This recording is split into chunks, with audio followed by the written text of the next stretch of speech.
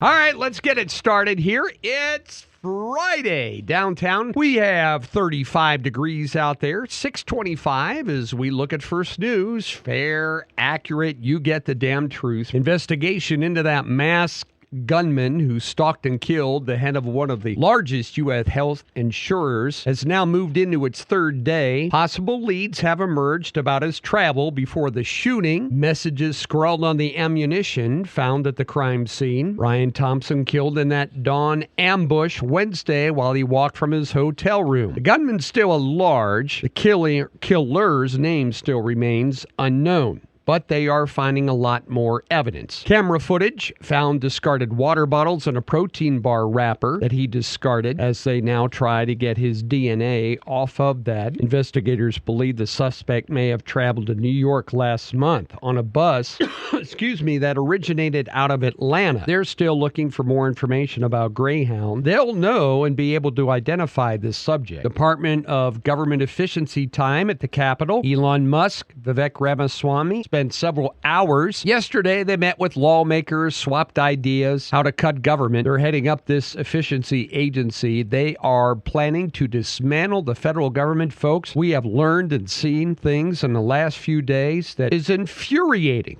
Hard-working, tax-paying Americans, they think they could cut as much as $2 trillion a year of wasteful government bureaucracy and spending out of our budget. People that work for the federal government are shaking in their boots. Only 1% of all federal workers work Monday through Friday at the office in Washington, D.C. That's right. 1%. A lot of them all now working for home, just signed a new deal to work from home until 2029. They showed footage yesterday of a guy in a bathtub taking a bubble bath while he was on the clock for our federal government. In an era when online anger and social tensions are increasingly being directed at businesses and people, Meta last year spent $24.4 million to surround their CEO, Mark Zuckerberg, with security. Fatal shooting this week of United Healthcare CEO Brian Thompson has now put a spotlight on these companies to do more to protect their leaders against these threats. Experts said the task of evaluating them and what it's need to protect them is getting more and more difficult. Syria is now becoming a wreck. Opposition activists said insurgents have entered a couple towns north of one of their cities. Violence now breaking out under President Assad. He was pretty much put in his place during the first Trump administration. South Korea's governing party chief expressing support for suspending the president there, Yoon Suk Yeol, for imposing martial law. South Korea was one of the stable countries over there, and now they're seeing place all go to heck. Iran is in the news. They said they have conducted a successful space launch with their heaviest payload ever, as Tehran is looking to expand their ballistic missile program. The launch Friday of a rocket comes as Iran's nuclear power, which is now enriching uranium to weapons grades levels, needs this satellite technology and other things to direct their intercontinental ballistic missiles. President Trump has already warned the Middle East, you better release all these hostages, including the Americans, or you will have hell to pay, and that will be one of the targets, no doubt, folks, nuclear facilities in Iran. In the meantime, President Joe Biden, who's just now biding his time, really, in the White House, nobody knows what he's doing. He is weighing on whether to issue sweeping pardons to all these officials that have been helping him over the last 4 years. We went over it in detail this morning. White House lawyers are trying to figure out how to do it. People in the FBI, the DOJ, his White House aides, certain members of the media which carried the torch for him and helped spread the lies, all wanting broad pardons before the president leaves office. Why?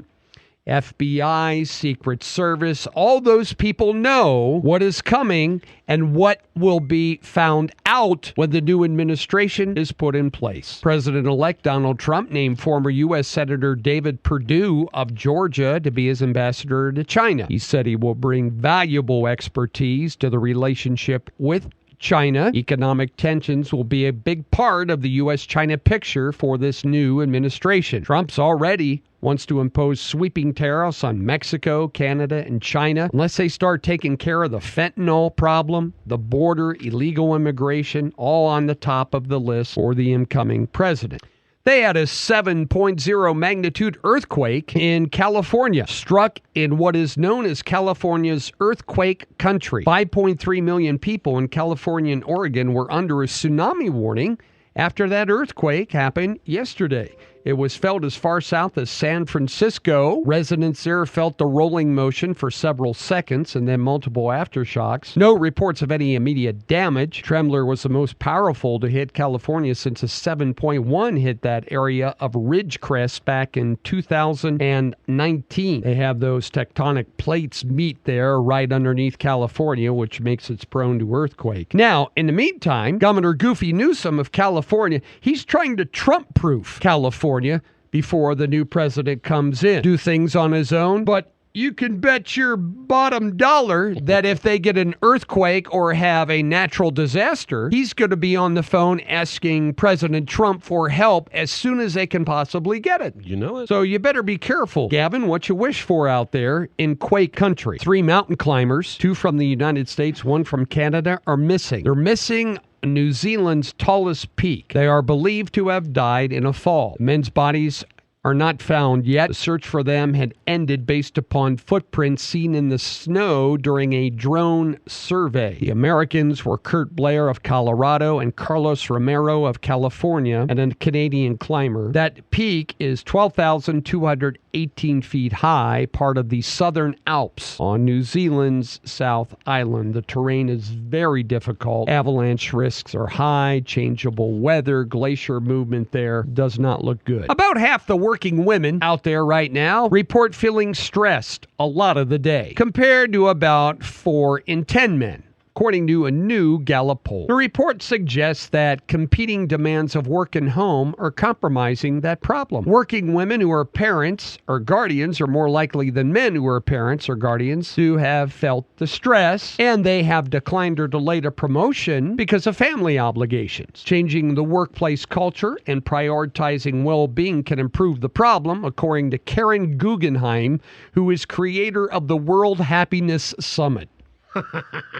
She said that would help improve the problem. Yeah, it would. A couple other solutions, too. You could have one of the two stay home and have the other one work more. You could do that. It's always an option, but it's an option that not many people like when it comes to raising their kids and balancing work along with it. NASA has announced more delays now in sending astronauts back to the moon, more than 50 years after Apollo. Bill Nelson's the administrator. He said Thursday the mission in the new Artemis program is now targeted for April of 2026. They're going to do a lunar fly around with 4 astronauts. It was planned for September 25. But an investigation into the heat shield and damage from it in a couple test flights 2 years ago took some time for them to make improvements. That means a moon landing by 2 other astronauts is going to be put off now until 2027. Last time we walked on the moon was December of 1972, and that was Apollo 17. Some business news. Remember Chi-Chi's, the restaurant chain? They're making a comeback. The Mexican chain said this week they plan to open some new restaurants next year. The locations would be the first since they filed bankruptcy in 2003. Chi-Chi's founder said they struck an agreement with Hormel Foods to open up these restaurants. Minnesota's Hormel owns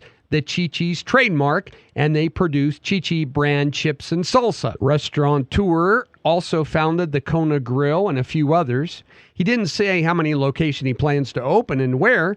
He said the updated version of Chi-Chi's first opened back in 1975, but they want to well, it only makes sense. As many of them now that are in the United States. Right, Mark? It's true. I mean, there's got to be a bigger demand for that now. God, we've had 20 million in over the last 10 years. So, but yep, Chi-Chi's going to open up some more restaurants again. U.S. stocks slipped a little bit yesterday. The S&P fell 11 points.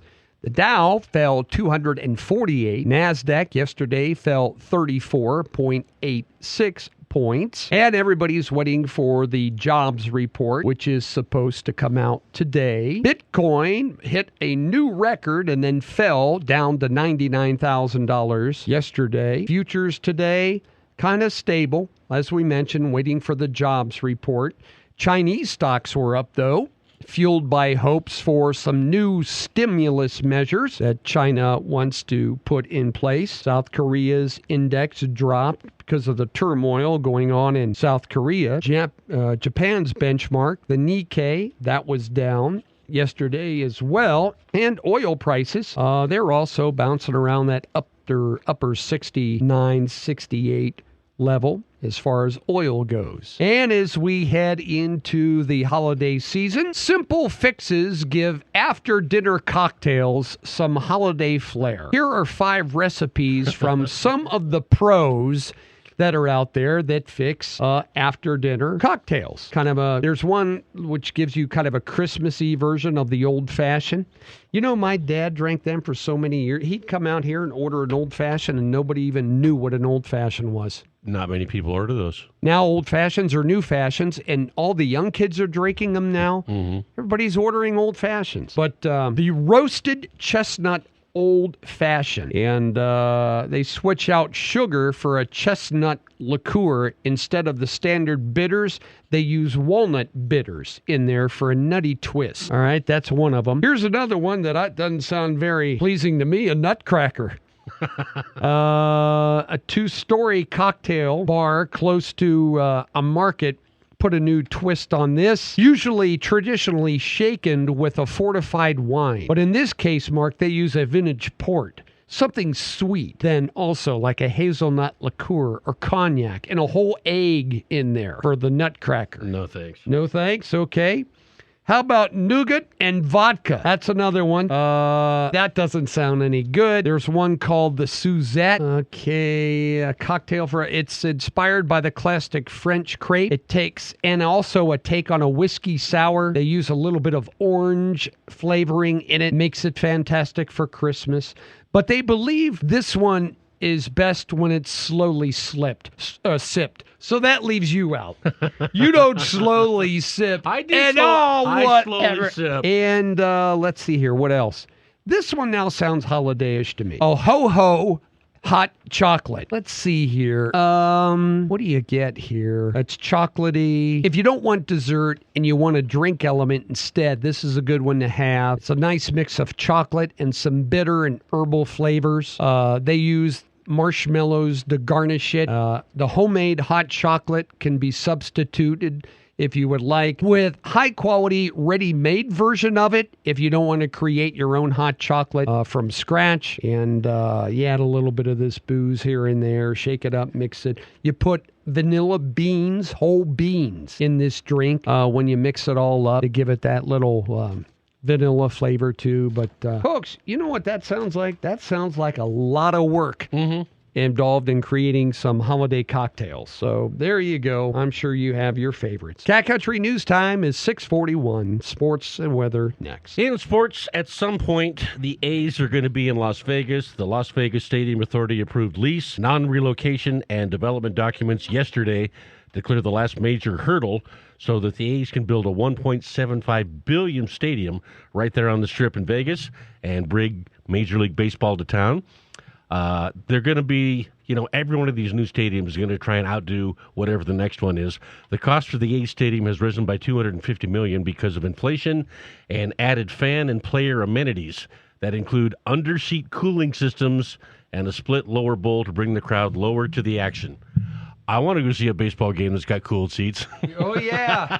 Yeah. From the Weather Center, 54 degrees today. Can you believe that? 56 on Saturday. And it'll be a little breezy on Sunday. So you guys out there at the toy run, be a little careful out there. Wind's going to be moving you around a little bit. Pretty nice out there now. 35 this morning. No travel problems. No snow out there to worry about. Nothing. 6:43, that's what's happening. Mark and Paul here together. I think I got my throat thing cleared up now. I had to work that out during news. My bad. Sorry about that.